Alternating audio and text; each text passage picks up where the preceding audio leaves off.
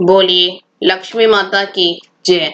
मैं आप सभी को ये बताना चाहती हूँ कि हमारे 2 चैनल और भी हैं, मधुर भजन और आरती के लिए मन राखियो और डेली जनरल नॉलेज के क्वेश्चंस के लिए लर्निंग बाय डूइंग। इन दोनों के लिंक डिस्क्रिप्शन बॉक्स में दे दिए हैं, एक बार आप जाकर देखिएगा जरूर। आज मैं लक्ष्मी जी की कहानी सुनाती हूँ। अगर आपको अच्छी लगे तो लाइक, शेयर, सब्सक्राइब जरूर कीजिएगा। एक नगर में एक साहूकार रहता था। उसकी एक लड़की थी। उसने देखा कि लक्ष्मी जी उसी पीपल से निकला करती हैं। एक दिन लक्ष्मी जी उस साहूकार की लड़की से बोली कि मैं तुझ पर बहुत प्रसन्न हूँ, इसलिए तू मेरी सहेली बन जा। लड़की बोली, क्षमा कीजिए, मैं अपने माता पिता से पूछकर बताऊंगी। इसके बाद वह अपने माता पिता की आज्ञा पाकर श्री लक्ष्मी जी की सहेली बन गई। श्री महालक्ष्मी जी उससे बड़ा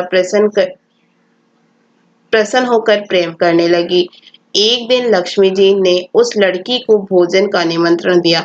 जब लड़की भोजन करने के लिए आई तो लक्ष्मी जी ने उसे सोने चांदी के बर्तनों में खाना खिलाया, सोने की चौकी पर बिठाया और उसे बहुमूल्य वस्त्र ओढ़ने को दिया। इसके बाद लक्ष्मी जी ने कहा कि मैं भी कल तुम्हारे यहाँ जीवने को आऊंगी। लड़की ने स्वीकार कर लिया और अपने माता पिता से सब हाल कहकर सुनाया तो वह सुनकर उसके माता-पिता खुश हुए, परंतु लड़की उदास होकर बैठ गई। कारण पूछने पर उसने अपने माता-पिता को बताया कि लक्ष्मी जी का वैभव बहुत बड़ा है, मैं उन्हें कैसे संतुष्ट कर सकूंगी। उसके पिता ने कहा कि बेटी, गोबर से जमीन को लीप कर जैसा भी बन पाए रूखा सूखा श्रद्धा और प्रेम से खिला देना। यह बात पिता कहने भी न पाया कि सहसा एक चील मंडराती हुई आई, किसी रानी का नौलखा हार वहीं पर डाल गई। यह देखकर साहूकार की लड़की बहुत प्रसन्न हो गई। उसने उस हार को थाली में डालकर अच्छे से ढक कर रख दिया। तब तक से गणेश जी और महालक्ष्मी जी भी वहां आ गए।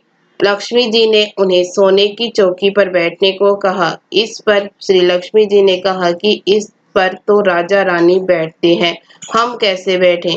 बहुत आग्रह करने पर महालक्ष्मी जी और गणेश जी ने बड़े प्रेम से भोजन किया। लक्ष्मी और गणेश जी के घर में आने से साहूकार का घर सुख संपत्ति से भर दिया। हे लक्ष्मी माता,